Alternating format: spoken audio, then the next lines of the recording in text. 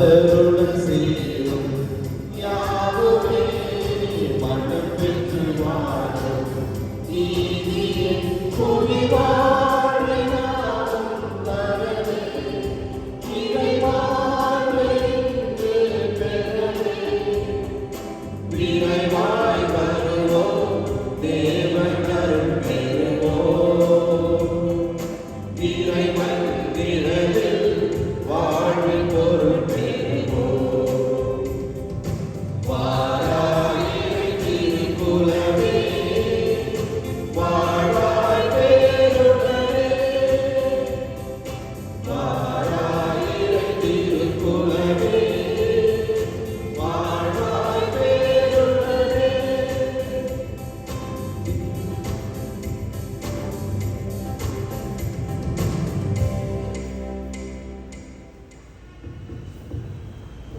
இயேசுவில் அன்புக்குரியவர்களே, இன்றைய திருப்பலியானது பின்வருகின்ற கருத்துகளுக்காக ஒப்புக் கொடுக்கப்படுகின்றது. ஜோசப் அக்வினாஸ் தாமஸ் முதல் ஆண்டு பிறந்த நாளாக ஜெயின் ராஜ் எம் ஆகியோருடைய நன்றிதல் பலியாகவும், ஜார்ஜ் வின்சென்ட் இமானுவேல் ஜோசப் அம்பலா ஆகியோருடைய ஆன்ம இளைப்பாற்றுக்காகவும் ஒப்புக் கொடுக்கப்படுகின்றது.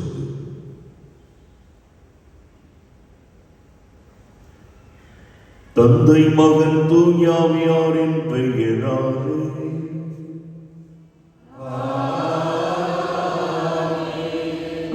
நம் ஆண்டவராகிய இயேசு கிறிஸ்துவின் அருளும் கடவுளின் அன்பும் தூயாவியாரின் நட்புறவும் உங்கள் அனைவரோடும் இருப்பதாக.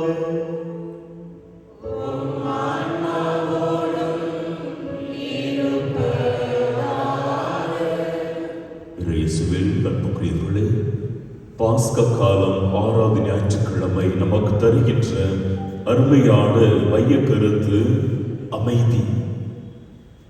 இந்த உலகம் நமக்கு பல்வேறு வகையான கொடைகளை தரலாம், பல்வேறு வகையான தேவைகளுக்கு பதில் அளிக்கலாம். ஆனால் இந்த உலகம் தர முடியாத ஒன்று இருக்கிறது, அது நம்முடைய உள்ளத்து அமைதி. அது உள்ளத்து அமைதியை நம் ஆண்டவர் இயேசு கிறிஸ்து மட்டும்தான் தர முடியும்.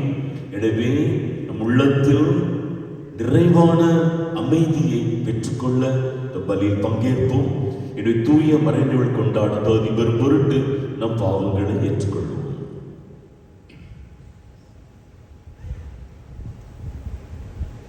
எல்லாம் வல்ல இறைவனிடமும்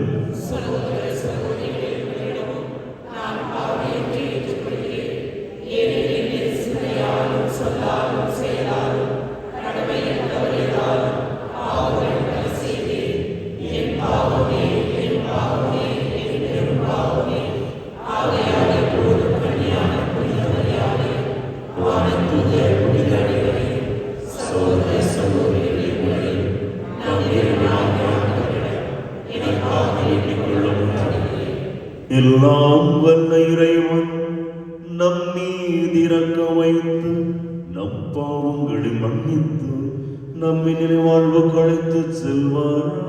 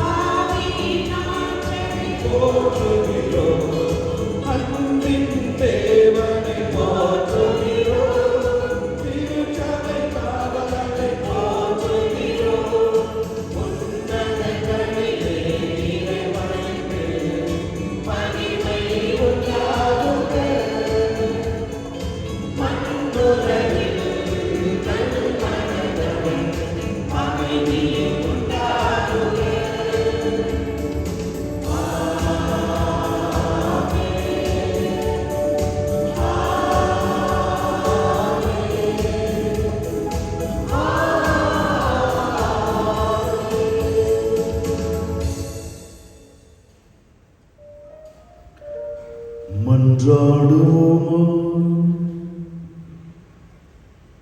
எல்லாம் வல்ல இறைவா, உயிர்த்தெழுந்த ஆண்டவரது மாட்சியின் பொருட்டு பேரின்பத்தின் நாட்களை பொருள் உணர்ந்து ஈடுபாட்டு கொண்டாட எங்களுக்கு அருள் புரியும். அதனால் நாம் நினைவு கூர்ந்து கொண்டாடுவதை என்றும் செய்து கடைபிடிப்போமாக. உம்மோடு தூயாவியாரின் ஒன்றிப்பில் இறைவனாய் என்றென்றும் வாழ்ந்து ஆட்சி செய்கின்ற எங்கள் ஆண்டவரும் உம் திருமகனுமாக இயேசு கிறிஸ்து வழியாக உம்மை மன்றாடுகிறோம்.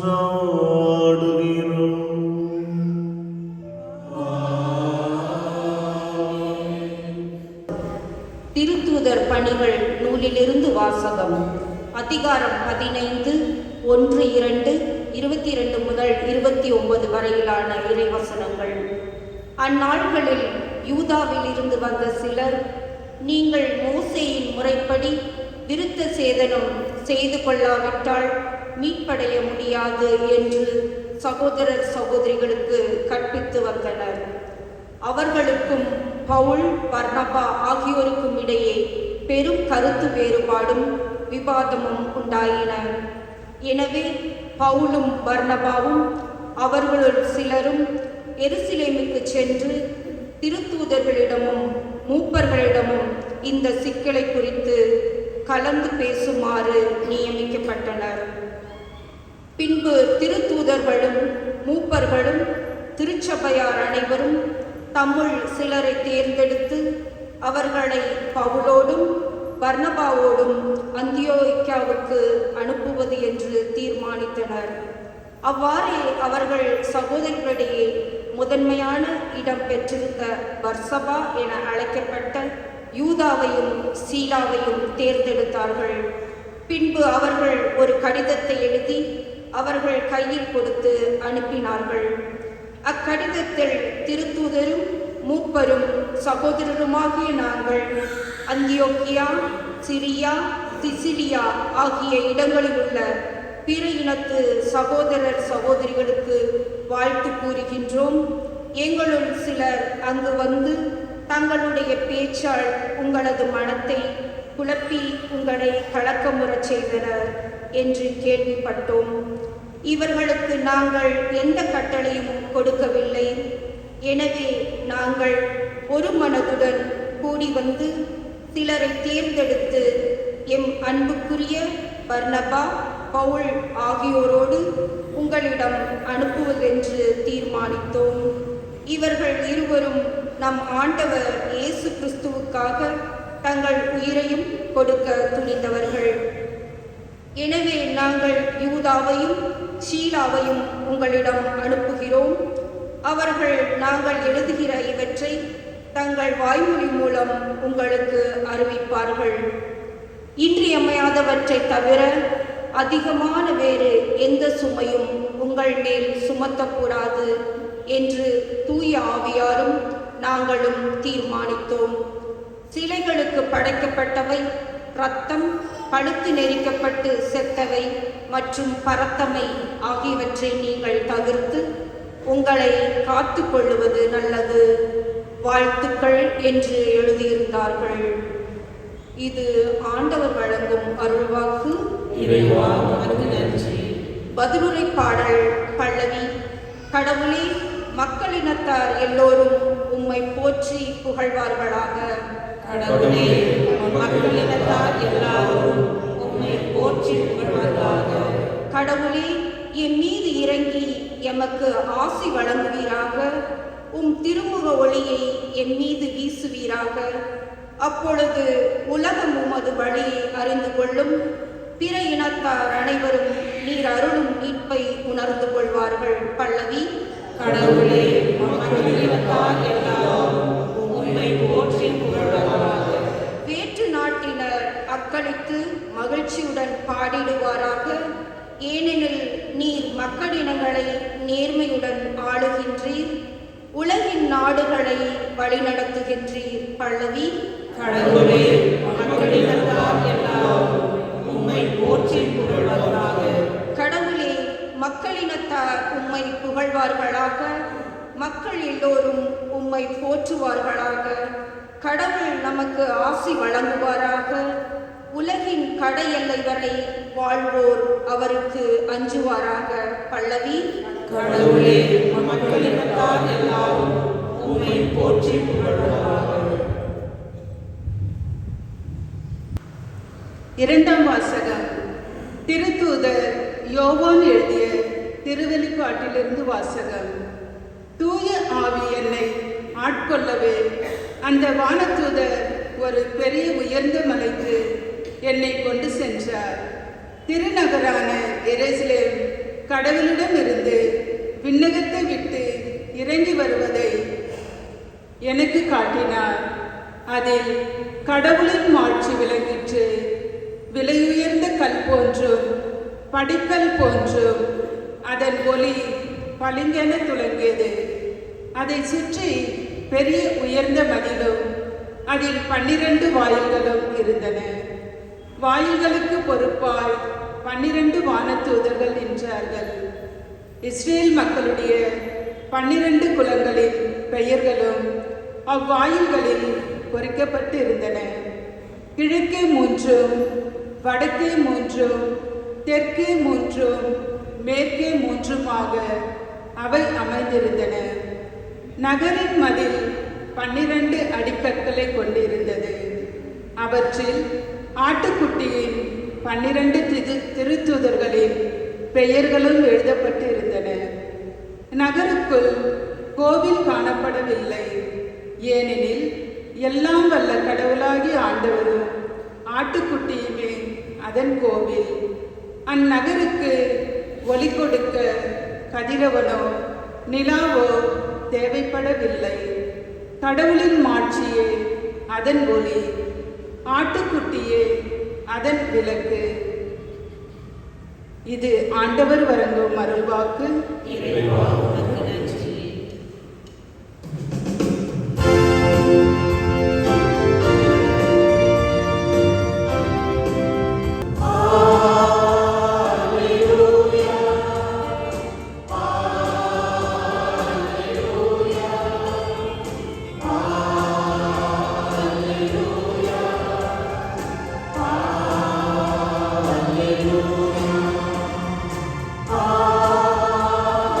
Hallelujah.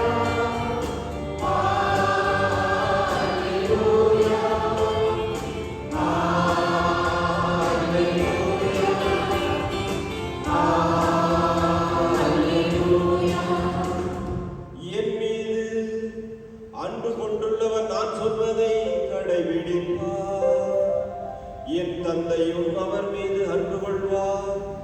நாங்கள் அவரிடம் வந்து அவரிடம் குடிகொள்வோம் என்கிறார் ஆண்டவர். அல்லேலூயா.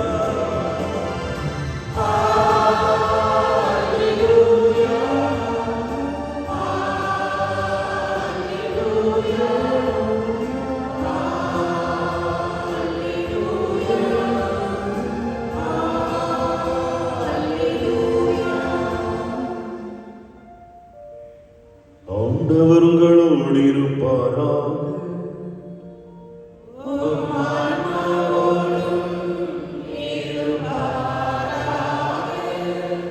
யோவான் எழுதிய தூய நற்செய்தியிலிருந்து வாசகம்.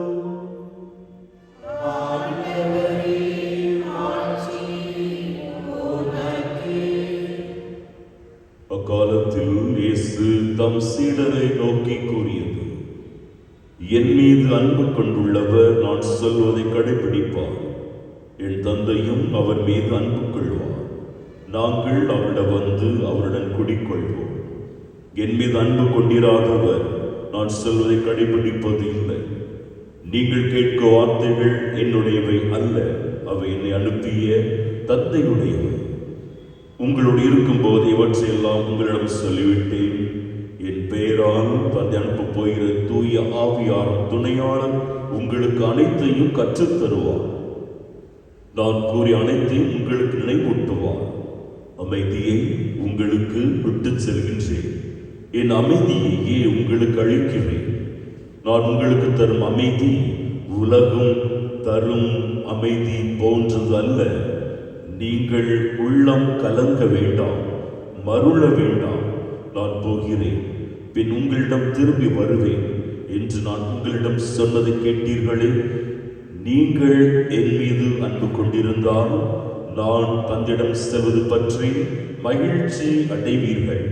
ஏனெனில் தந்தை என்னை விட பெரியவர். இவை நிகழும்போது நீங்கள் நம்புமாறு இப்போதே இவை நிகழும் முன்பே சொல்லிவிட்டேன்.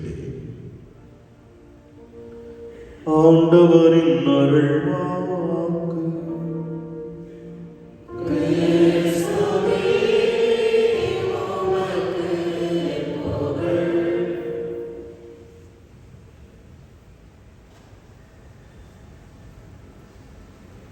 இயேசுவில் அன்புக்குரியவர்களே, தொடக்கத்திலே இன்று நாளினுடைய மைய கருத்தை உங்களோடு பகிர்ந்து கொண்டேன்.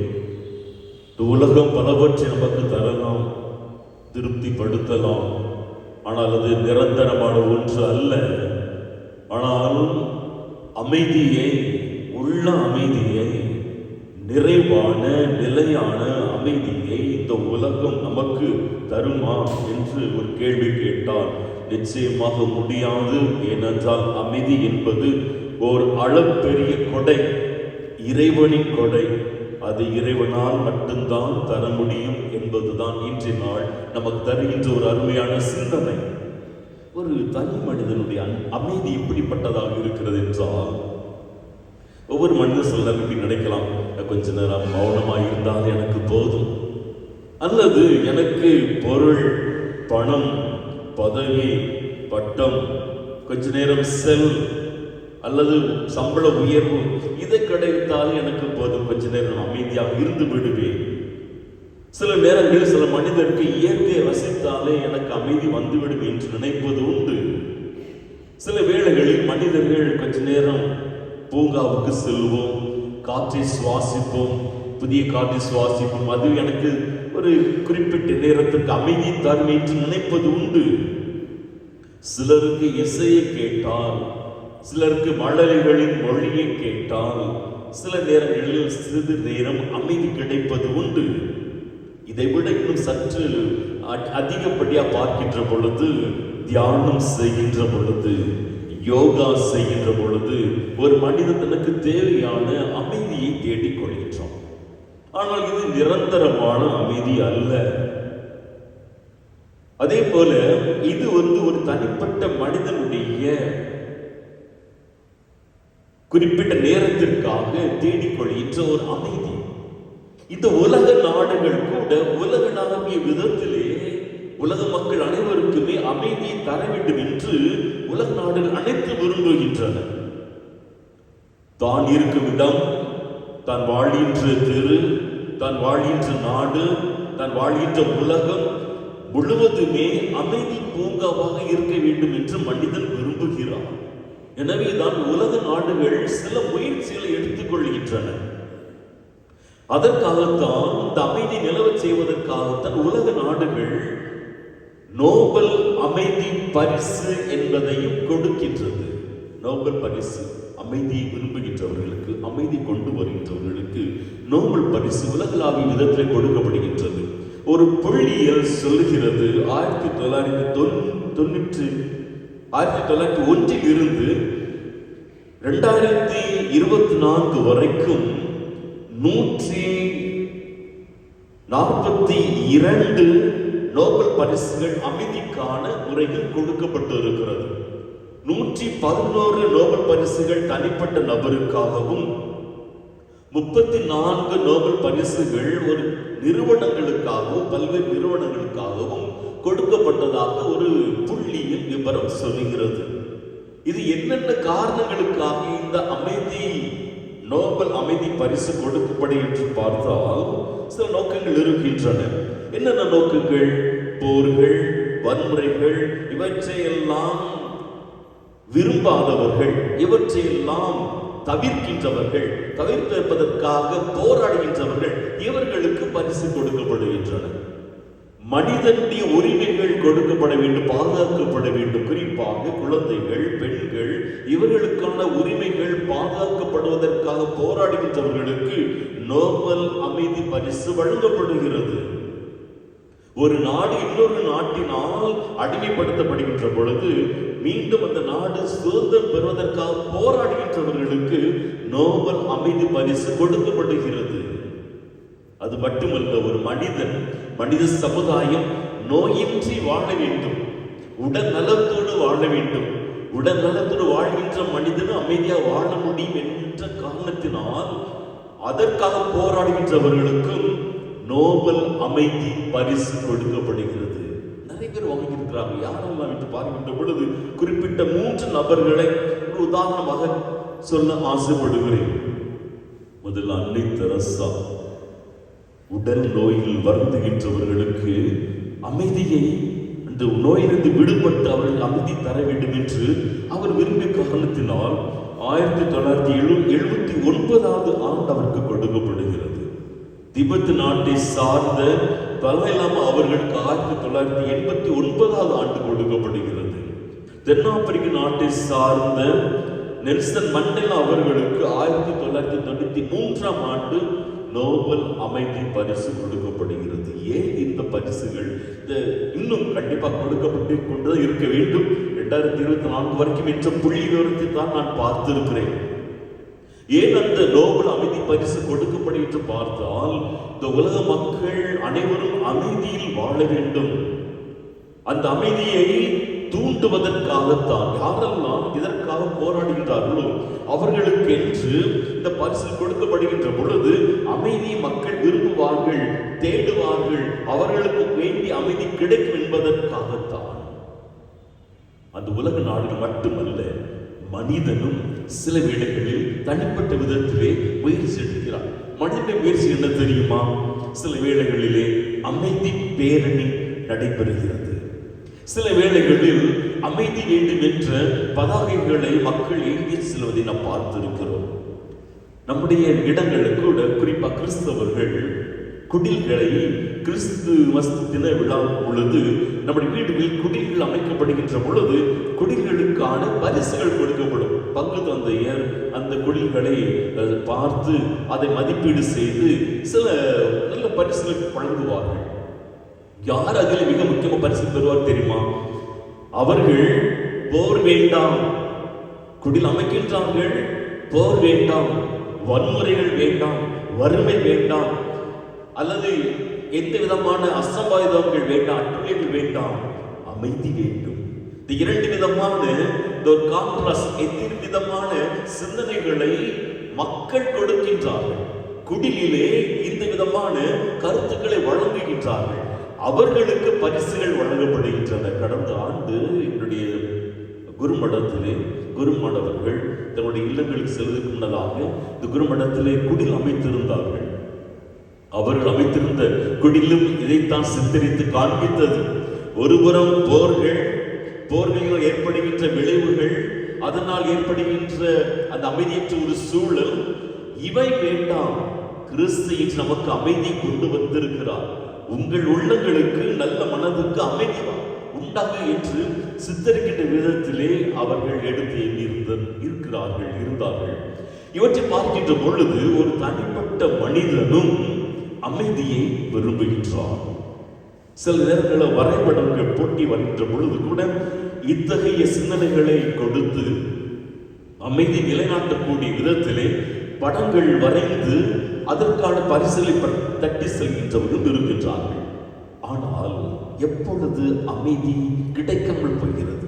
அமைதி மனிதனுடைய வாழ்க்கையில ஒரு கேள்விக்குரிய மாறுவது எப்பொழுது என்று பார்த்தால், எப்பொழுது ஒரு மனிதன் ஆடம்பரத்தை விரும்புகின்றானோ, இந்த ஆடம்பரத்தினால் பேராசை வருகிறது, பொறாமை எழுகிறது, பகைமை ஏற்படுகிறது, பழிக்கு பழி வாங்குகின்ற எண்ணம் எழுகிறது, தன்னலம் வருகிறது, வெறுப்பு வருகிறது. இவையெல்லாம் மனிதனுக்கு வருகின்ற பொழுதுதான் தனிப்பட்ட மனிதனிலும், குடும்பத்திலும், நாம் வாழ்கின்ற சமுதாயத்திலும், இந்த உலகத்திலும் அமைதி சீர்கெடுகிறது.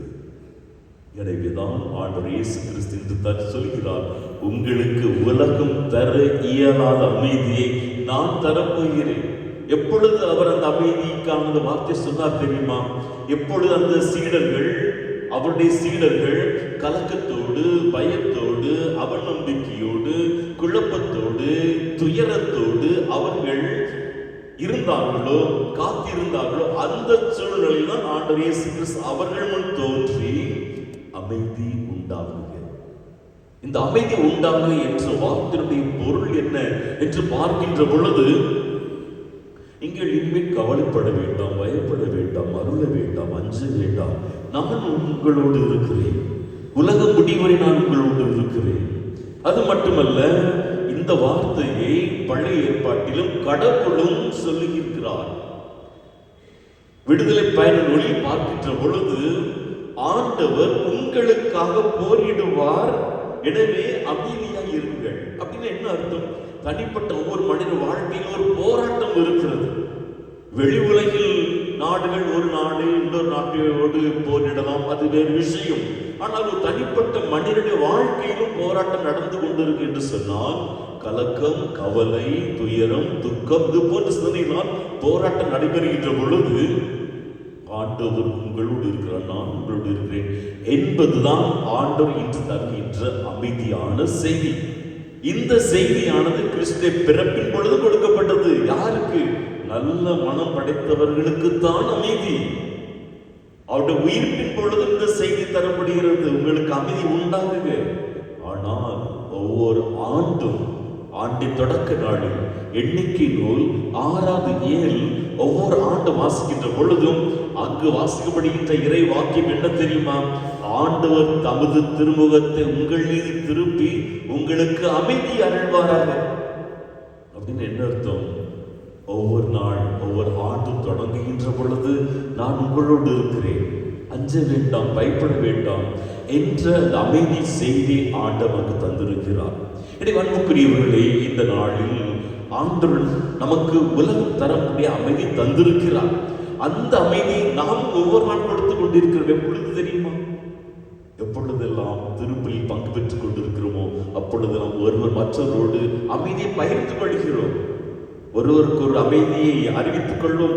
அமைதி என்று சொல்கிறீர்கள், அமைதினா பேசாத, சத்தம் போடாத என்பதா அல்ல. உன்னோடு ஆண்டவர் இருக்கிறார், உனக்கு நலம் தருவார், திருமுகத்தை திருப்பி உனக்கு அமைதியை அருள்வார், கவலைப்படாது என்று சொல்வதுதான் உலகம் தர முடியாத அமைதியாக இருக்கிறது. அன்புக்குரியவர்களே, இந்த அமைதியின் தூதர்களாக நாம் மாற வேண்டும். அமைதியை குழப்புவதாக அல்ல, குழப்புகின்ற மனிதர்களாக அல்ல, மாறாக அமைதியின் தூதர்களாக எப்பொழுது வாழ இறையர்களை கேட்போம். இறைவன் என்றென்றும் வாழ்த்து தருவாராக.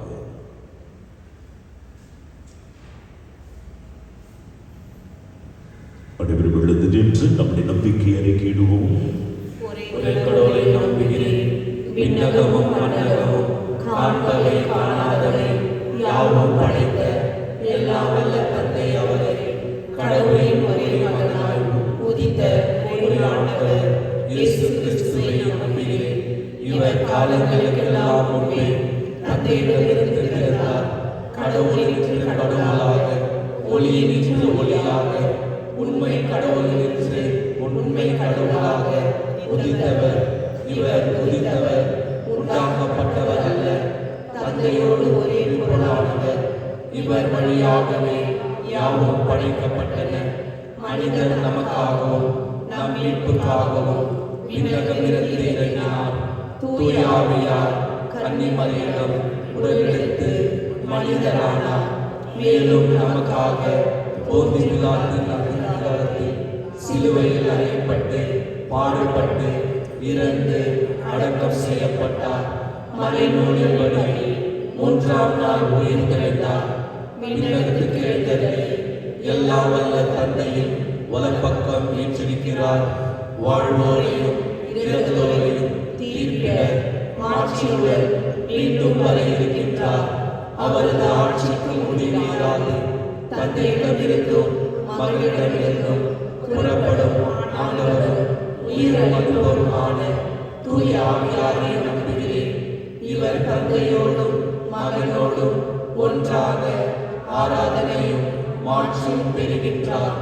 இறைவாக்கினர் வாயிலாக பேசியவர் இவரை. ஒரே புனித கத்தோலிக்க திருத்தூதர் வழிவரும் திருவை நம்புகிறேன். பாவ மன்னிப்புக்கான ஒரே திருமுழுக்கை ஏற்றுக்கொள்கின்றேன். இறந்தோரின் உயிர்ப்பையும் வரவிருக்கும் மறு உலக வாழ்வையும் எதிர்பார்க்கின்றேன். ஆமென். அன்புக்குரியவர்களே, நாம் நம்முடைய தனிப்பட்ட வாழ்விலும் வெளி உலகிலும் உள்ளத்திலும் அமைதி விரும்புகின்றோம். தனிப்பட்ட வாழ்வில் மட்டுமல்ல, உலக நாடுகளில் வாழ்கின்ற அனைத்து மக்களும் அமைதியான வாழ்க்கை வாழ இறைவனை கேட்டு மன்றாடுவோம்.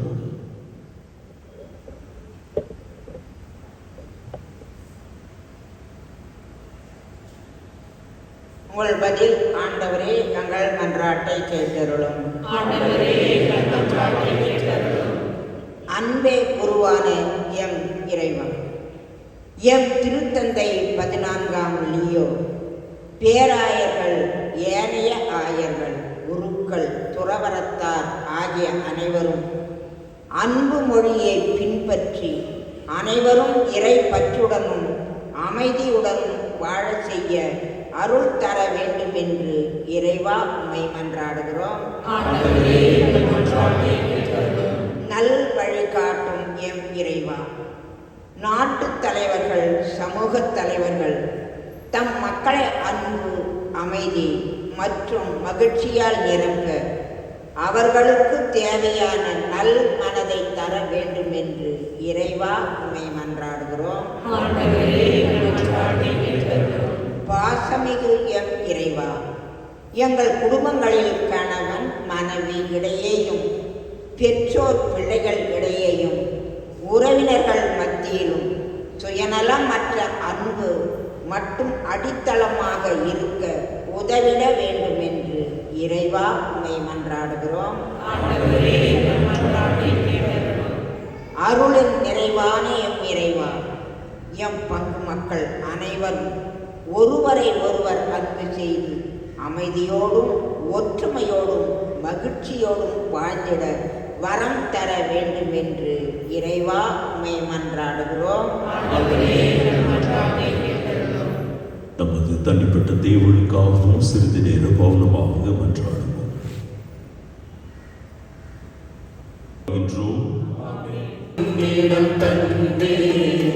என்னை ஏற்றிடுவாய் இறைவா.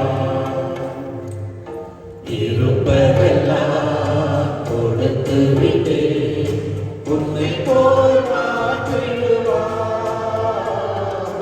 என்னை உன்னிடம் தந்து என்னை ஏற்றிடுவாய் இறைவா.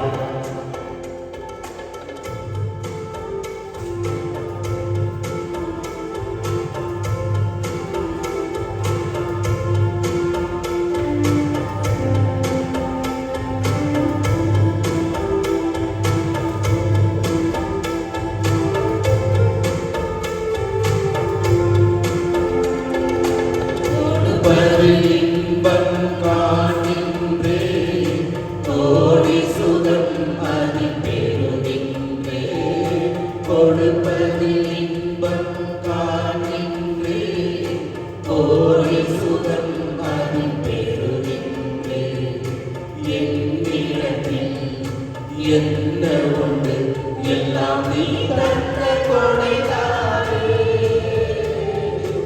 என்னிடத்தில் என்ன உண்டு எல்லாம் நீ தந்த கொடைதானே அதை ஏற்றிடுவாய் இறைவா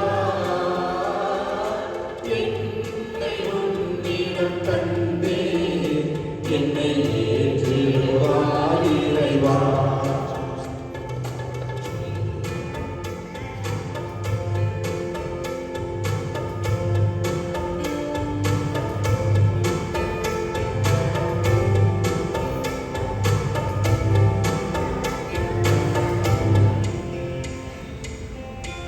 சகோதர சகோதரிகளை என்னுடையதும் உங்களுடையதுமான பலி எல்லாம் உள்ள தந்தையாக இறைவனுக்கு ஏற்றதாகும்படி மன்றாடுங்கள்.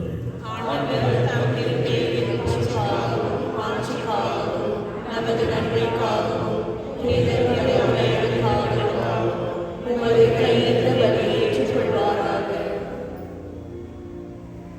ஆண்டவரே, இப்பலியின் காணிக்கைகளோடு எங்கள் வேண்டல்கள் உம்மை நோக்கி எழுவனவாக.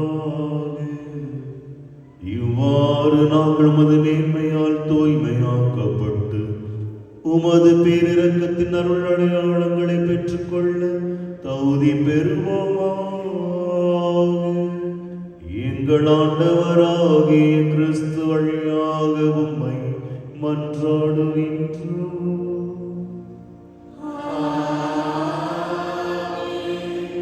ஆண்டவர் உங்களோடு இருப்பாராக. இதயங்களை மேலே எழுப்புங்கள். நம் இறைவனாகிய ஆண்டவருக்கு நன்றி கூறுவோம்.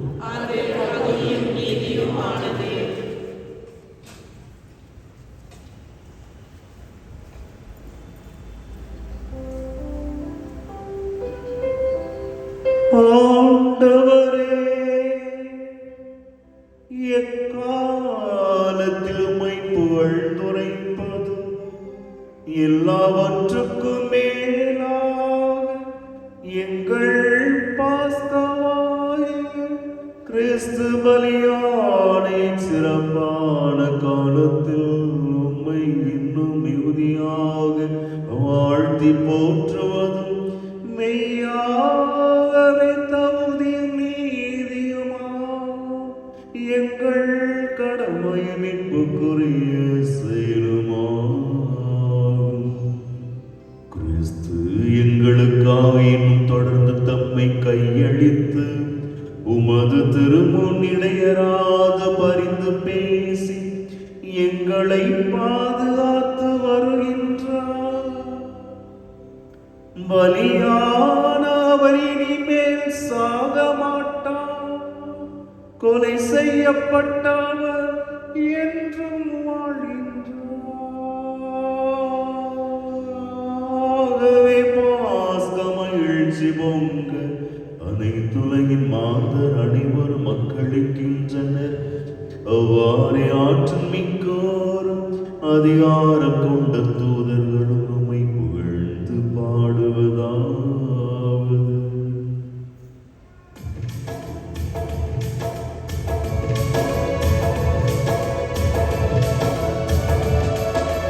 தூயவர் தூயவர் தூயவர் வான்படைகளின் கடவுளாம் ஆண்டவர்.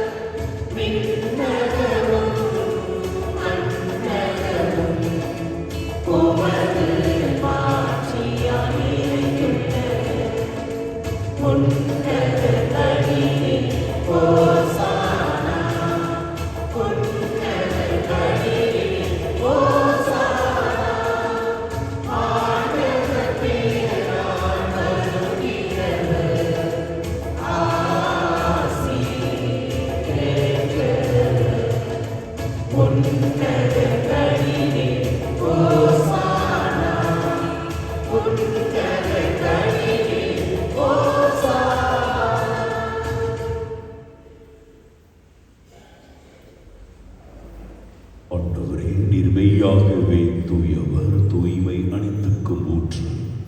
ஆகவே உடைய ஆவியை பொழிந்து இக்காணிக்கைகளை தூய்மைப்படுத்தவே வேண்டுகின்றோம். இவ்வாறு எங்கள் ஆண்டவர் இயேசு கிறிஸ்துவின் உடலும் இரத்தமுமாக எங்களுக்கு இவை மாறுவனவாக. அவர் பாடுபட உளம் கனிந்து தம்மை கையளித்த போது அப்பத்தை எடுத்து நன்றி செலுத்தி அதை பிட்டு தம் சீடர்களுக்கு அளித்து கூறியதாவது: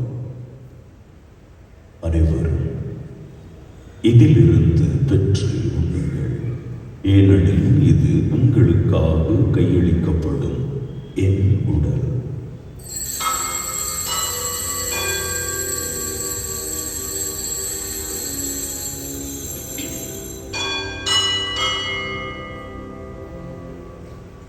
அவ்வண்ணமே இரவு விருந்தை அருந்திய பின் கிண்ணத்தையும் எடுத்து மீண்டும் உமக்கு நன்றி கூறி தம் சீடர்களுக்கு அளித்து அவர் கூறியதாவது: அனைவரும் இதிலிருந்து பெற்று பருகுங்கள், ஏனெனில் இது புதிய நிலையான உடன்படிக்கைக்குரிய என் இரத்தத்தின் கிண்ணம். இது பாவ மன்னிப்புக்கென்று உங்களுக்காகவும் பலருக்காகவும் சிந்தப்படும். இதை என் நினைவாக செய்யுங்கள்.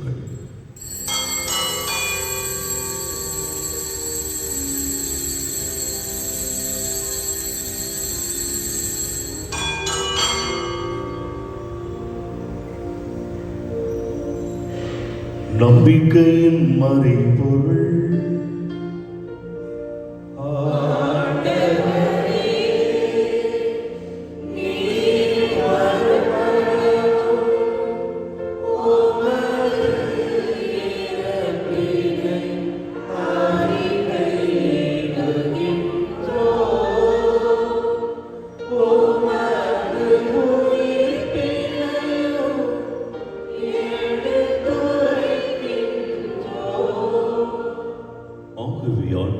நாங்கள் கிறிஸ்துவின் இறப்பினையும் உயிர்ப்பினையும் நினைவு கூர்ந்து வாழ்வதற்கு அப்பத்தையும் மீட்பளிக்கும் கிண்ணத்தை உமக்கு ஒப்புக் கொடுக்கின்றோம். உம் திருமணின்று உமக்கு ஊழியம் புரிய தகுந்தவர்கள் என எங்களை ஏற்றுக்கொண்டீர். எனவே உமக்கு நன்றி செலுத்துகின்றோம். மேலும் கிறிஸ்துவின் உடலிலும் இரத்தத்திலும் பங்கு கொள்ளும் எங்களை தூயாவியார் ஒன்று சேர்க்க வேண்டும் என மித்தாழ்மையுடன் மன்றாடுகின்றோம். ஆண்டவரே, உலகெங்கும் வரவிருக்கும் திரு அவை நினைவு கூர்ந்தருளும். எங்கள் திருத்தந்தை லியோ, எங்கள் ஆயர் பீட்டர், துணை ஆயர்கள் சதீஷ், சுசிநாதன், எல்லா திருநிலையினராகிய அனைவரோடும் திரு அவை அன்பில் நிறைவரச் செய்தருளும்.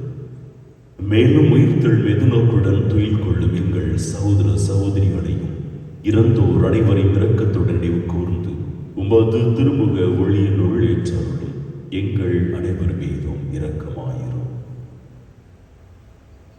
கடவுளின் கன்னி தாயான புனித மரியா, அவருடைய கணவரான புனித யோசேப்பு, புனித திருத்தூதர்கள், இவ்வுலகில் உமக்குந்தவராயிருந்தோராகிய புனிதர் அனைவருடனும் நாங்கள் நிலை வாழ்வில் பங்குகள் தோதி பெற்று உம் திருமகன் இயேசு கிறிஸ்து வழியாக இப்பொழுது நேர்த்தும் வரும் அருள மன்றாடுகின்றோம்.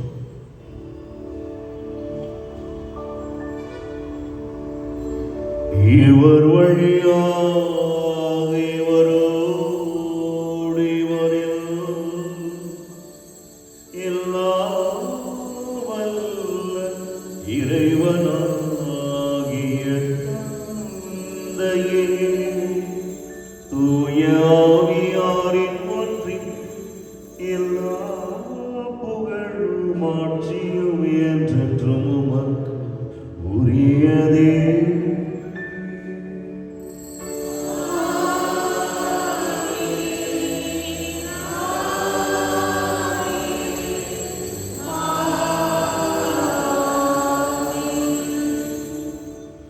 மீட்பரின் கட்டளையால் கற்பிக்கப்பட்டு இறைப்படிப்பினையால் பயிற்சி பெற்ற நாம் துணிந்து சொல்வோம்: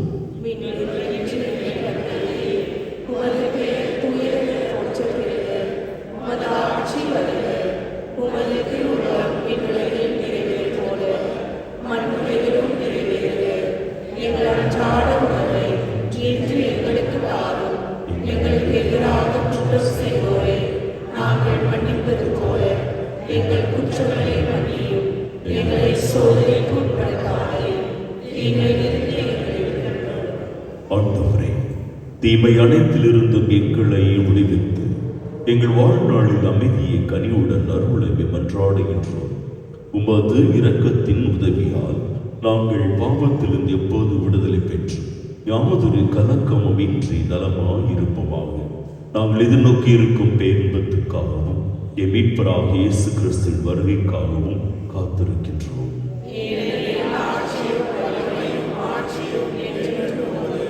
ஆண்டவரே இயேசு கிறிஸ்துவே, அமைதியை உங்களுக்கு விட்டுச் செல்கின்றேன், என் அமைதியையே உங்களுக்கு அளிக்கின்றேன் என்றும் திருத்துதர்களுக்கு மொழிந்தீரே. எங்கள் பாவங்களை பாராமல் உமது திரு அவையின் நம்பிக்கை கண்ணோக்கி உமது திரு உள்ளத்துக்கு ஏற்ப அதற்கு அமைதி ஒற்றுமையும் அளித்தருள்வீராக. என்றென்றும் வாழ்ந்து ஆட்சி செய்கின்றவர் நீரே. ஆண்டவருடைய அமைதி உங்களோடு என்றும் இருப்பதாக. ஒருவருக்கொருவர் அமைதியை அறிவித்துக் கொள்வோம். அமைதி. உலகின் பாவங்களை போக்கும் இறைவனின் செம்மறியே, என் மேல் இரக்கமாயிரும். உலகின் பாவங்களை போக்கும் இறைவனின் செம்மறியே, என் மேல் இரக்கமாயிரும். உலகின் பாவங்களை போக்கும் இறைவனின் செம்மறியே, எமக்கு அமைதி அருளும்.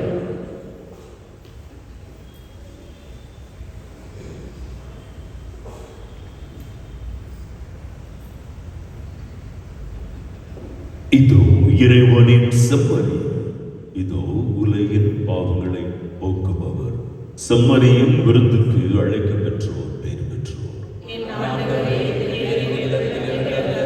நான் தகுதியற்றவர். ஆனால் ஒரு வார்த்தை மட்டும் சொல்லியருளும், எனது ஆன்மா நலமடையும்.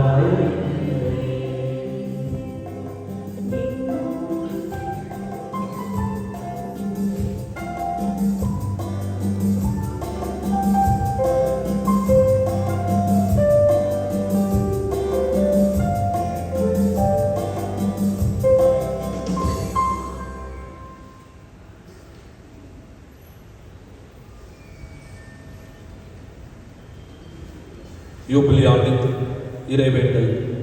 விண்ணக தந்தையே, உம் திருமகன் இயேசுவின் வழியாக நாங்கள் பெற்றுக்கொண்ட நம்பிக்கையும் தூயாவியான எங்கள் இதயங்களில் அனுதினமும் பொழிய செய்கின்ற பிறர் அன்பும் உமது அரசின் வருகை காண எதிர்நோக்கி எம்மை பயணிக்க செய்வதாக படைப்பனைத்தோடு இணைந்து புதிய விண்ணகம் புதிய மகனம் நோக்கிய எம் பயணத்தில் நற்செய்தியின் விதைகளை நாளும் வளர்த்தெடுக்கும் நல்லோராய் எம்மை மாற்றுகிறாக. மீட்பின் யூபிலி கொண்டாட்டம் மற்றும் எம் பங்கின் யூபிலி கொண்டாட்டம் ஆகியவற்றில் அருளும் ஆசிரும் விண்ணக செல்வங்கள் மீதான உண்மையான நாட்டத்தை எம்மை தூண்டி எழுப்புவதாக. எம் பங்கின் பாதுகாவலராகிய மீட்பர் இயேசுவின் தூய்மை மிகு இதயத்திலிருந்து வருகின்ற மகிழ்ச்சியையும் அமைதியையும் படைப்படைத்திருக்கும் பகிர்ந்து கொடுக்கக்கூடிய திருத்தூதர்களாக எம்மை மாற்றுகிறாக. எல்லா மாற்றியும் புகழும் ஆராதனையும் உமக்கே உரித்தாகுக. ஆமென்.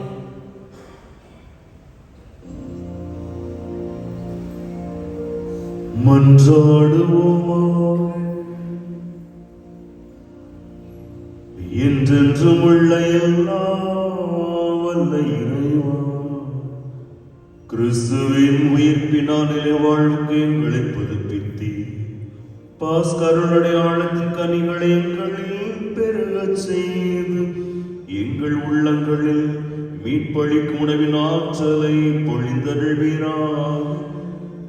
எங்கள் ஆண்டவராகிய கிறிஸ்து வழியாக உம்மை மன்றாடுகிறோம்.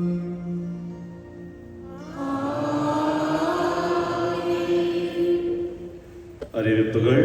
இன்று பாஸ்கா காலத்தின் 6ஆம் ஞாயிறு. அன்பாதவர்களே, நமது பிள்ளைகளுக்காக புது நன்மை மற்றும் உறுதி பூசுதல் வகுப்புகள் நடந்து வருகின்றன.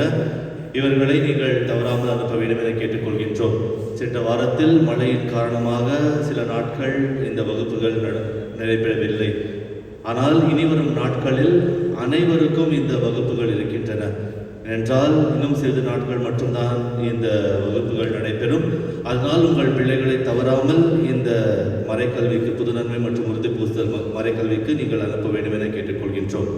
இந்த வாரம் 26ஆம் தேதி புனித பிலிப் நேரி இவரது நினைவை கொண்டாடுகின்றோம். 27ஆம் தேதி கேண்டபெரி புனித அகஸ்டினார் இவரது நினைவை கொண்டாடுகின்றோம். ஜூன் மாதம் 1ஆம் தேதி விண்ணேற்பின் விழாவை நாம் கொண்டாடுகின்றோம். அன்பார்ந்தவர்களே, ஏற்கனவே உங்களுக்கு சொன்னது போல பீடத்தை புதுப்பிக்கும் பணியானது நடைபெற்று வருகின்றது. சில பேர் வந்து கேட்டிருந்தாங்க, ஃபாதர் இந்த ஸ்டாச்சூஸ் எல்லாம் எங்கே நிற்கும், இதே மாதிரி இருக்குமா, ரொம்ப கன்ஃபியூஷன்ஸோட எல்லாரும் இருந்தீங்க. சில பேர்கிட்ட சொன்ன ஒரே ஒரு பதில் வந்து, ஜெபம் செய்யுங்க, ஆண்டவர் உங்களுடைய ஜெபத்தை கேட்பார்.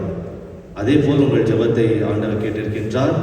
இந்த பீடத்தில் பார்க்கும் அந்த சிலுவை, திருசிலுவையானது அங்கேதான் இருக்கும். ஆண்டவரின் சுரூபமானது அங்கேதான் இருக்கும். எந்தெந்த சுரூபம் எங்கிருக்கின்றதோ அங்கேதான் இருக்கும். நீங்கள் ஜெபித்தீர்கள், ஆண்டவர் உங்கள் ஜெபத்திற்கு செவிசாய்த்திருக்கின்றார். இப்பொழுது எங்கள் ஜெபம் என்னவென்றால், நீங்கள் எங்களுக்கு உதவி செய்ய வேண்டும். இதுதான் ஒரு பெரிய ஜெபமாக இருக்கின்றது.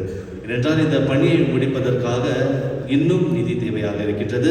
அனைவரும் தவறாமல் உங்களால் ஆன உதவியை நீங்கள் செய்ய வேண்டும் என கேட்டுக்கொள்கின்றோம்.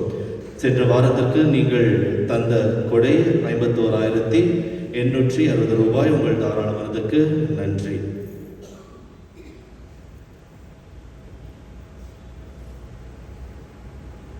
ஈஸ்வரன் வாழ்ந்தவர்களே, ஏற்கனவே எங்களுக்கு அவர் தந்தை டேனில் சொன்னது போல ஒரு சிலர் ரொம்ப கேட்டுனா ஃபாதர் எல்லாம் முடிச்சுட்டு புதுசாக செய்ய போகிறீங்களான்னு சொல்லிட்டு அப்படி செய்ய முடியாது.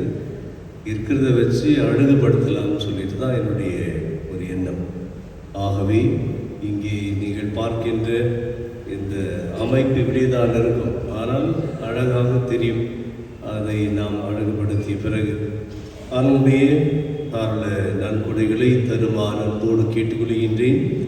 இதுவரையிலும் 18,08,810 ரூபாய் நீங்கள் நன்கொடையாக தாராளமாக தந்திருக்கிறீர்கள். நன்றிகள். இருப்பினும் ஒவ்வொருடைய ஒரு சிறிய காணிக்கையாகவும் இருக்கணும். ஆகவே தயவு கூர்ந்து விரைவிலே நீங்கள் உடைய நன்கொடை தருமாறு அன்போடு கேட்டு விடுகின்றேன். நம்முடைய பங்கிற்கு பங்கு தந்தையாக புதிதாக பணியேற்க இருக்கின்ற அருள் தந்தை சந்தோஷ் ராயன் அவர்கள் வருகின்ற மாதத்திலே பணியை ஏற்பார், பொறுப்பு ஏற்பார். மேலும் உதவி பங்கு தந்தையாக அருள் தந்தை காணிக்க சுவாமி நம்முடைய உயர் மறை மாநிலத்தை சார்ந்தவர். இது 2ஆம் ஆண்டு அவர் குருவாக திருநிலைப்படுத்தப்பட்டு அவரும் மேலும் அருள் தந்தை பாக்கியராஜ் பெத்தராம் இந்த சபையை சார்ந்த இருவரையும் உங்கள் அனைவரின் சார்பாக அருள் தந்தை டேனியல் சார்பாக அன்போடு அவர்களை வரவேற்கின்றோம்.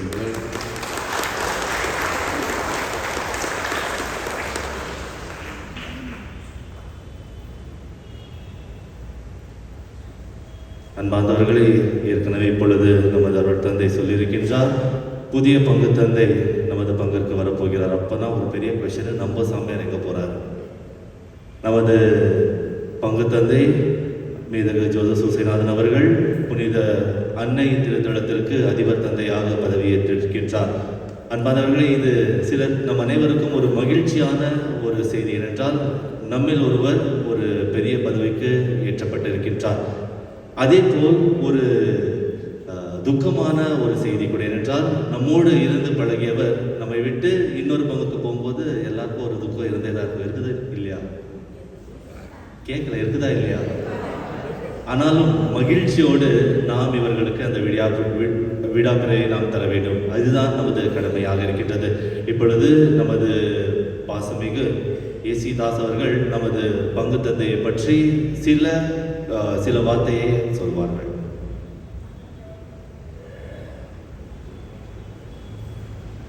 இயேசுவில் அன்பு இறுதி ஆண்டவரின் நெஞ்சங்களே, இன்று நம் பங்கு தந்தையும் மேதகு ஆண்டையுமான ஆயர் ஜோசப் சூசைநாதன் அவர்களுக்கு பணி மாற்றத்தை முன்னிட்டு பிரியாவிடை செய்தி மடல். ஆறினை படைத்த பரம்பொருளுக்கு தன்னை அர்ப்பணித்து மாசும் அறிவின்றி இம்மட்டும் இறைப்பணியாற்றும் இறை செல்வம் எம் ஆயரே, கால சூழ்நிலையில் மௌன நடையில் உமக்கு பிரியாவிடை தர எங்களுக்கு மனமில்லாயில் என்றாலும் இந்த சோக நிலையில் உம்மை நாங்கள் வாழ்த்துகின்றோம். இருப்பினும் நன்றி கூறுவது தலை சிறந்தது. முதலில் உம்மை இறைமகனுக்கு இயேசு கிறிஸ்து அவருடைய பணிக்கு அழைத்த இறைவனுக்கு நன்றி கூறுகிறோம். இரண்டாவதாக உம்மை ஈன்ற உம் பெற்றோருக்கு நாங்கள் நன்றி கூறுகின்றோம். அன்னை மரியாள் பாத்திமா அவர் புகழ் பரப்ப உலகம் முழுவதிலும் அவரை கொண்டு சென்று அவர் புகழ் பாட அந்த அன்னைக்கு நன்றிப்புக்கள் உரித்தாக்குகிறோம்.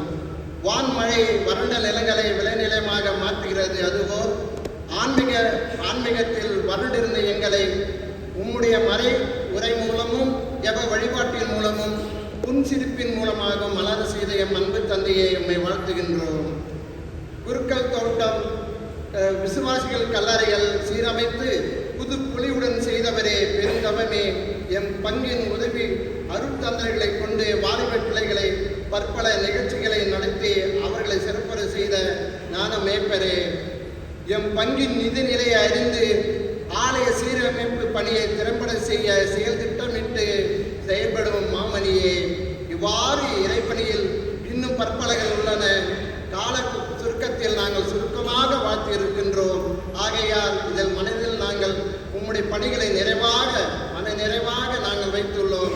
இவ்வாறு இறைப்பணியில் பணியாற்றி வெற்றி கண்ட உழைப்பின் பயனாக இறைவன் பெங்களூர் மறை மாவட்டத்திற்கு உமக்கு பணி தேவை என்று மேதகு உதவி ஆயராக உயர்த்தப்பட்ட நேர்மையாளரான பணியாளரே, தற்போது கால சூழ்நிலையில் அதிபராக பணி மாற்றம் பெற்று தூய ஆரோக்கிய அன்னை பெசிலிக்காவில் சென்று பணியாற்ற உமக்கு மலையான உறுதியையும் மலரின் மென்மையையும் தமிழின் மேன்மையையும் பெற்று நீடிய ஆயுள் ஆரோக்கியத்துடன் பல்லாண்டு இறைவனை ஆக்கிட எம் இறுதி ஆண்டவரிடமும் அன்னை மரியாவிடமும் ஜெபிக்கும் பங்கு மக்கள் பிரியாவுடைய வாழ்த்துக்கள். நன்றி. மரியை வாழ்க. உங்கள் அனைவர் சார்பாக இப்பொழுது அருள் தந்தை ரோலிங்டன் அவர்கள் நமது மேதகு ஜோசப் சுசேநாதன் அவர்களை கௌரவிப்பார்.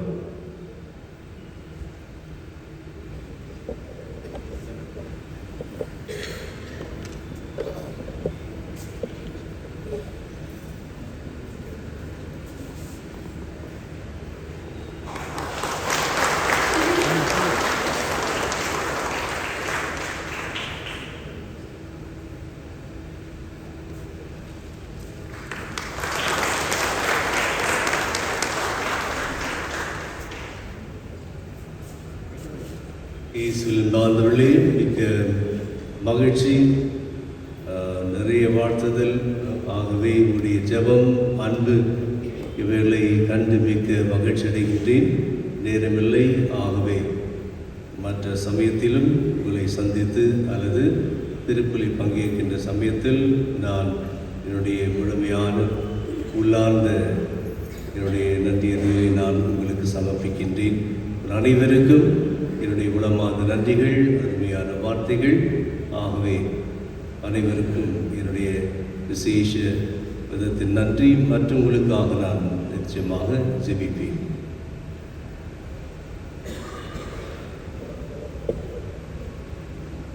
அன்பார்ந்தவர்களே, நீங்கள் வெளியே செல்லும் போது நமது பங்கின் இளைஞர்கள் உணவை தயார் செய்து வைத்திருக்கின்றார்கள். இந்த உணவிலிருந்து வரும் அந்த பணமானது இந்த பீடத்தை புதுப்பிக்கும் பணிக்காக உபயோகப்படும். அதனால் நீங்கள் அனைவரும் வெளியே செல்லும் போது உங்கள் உணவை அறிந்து கொண்டு நீங்கள் செல்ல வேண்டும் என கேட்டுக்கொள்கின்றோம். கடைசி ஆசிற்காக எழுந்து நிற்போம். ஆண்டவர் உங்களோடு இருப்பாராக. எல்லாம் வல்ல இறைவன் தந்தை, மகன், தூய ஆவியார் உங்கள் அனைவருக்கும் ஆசி வழங்குவாராக. சென்று வாருங்கள். திருப்பலி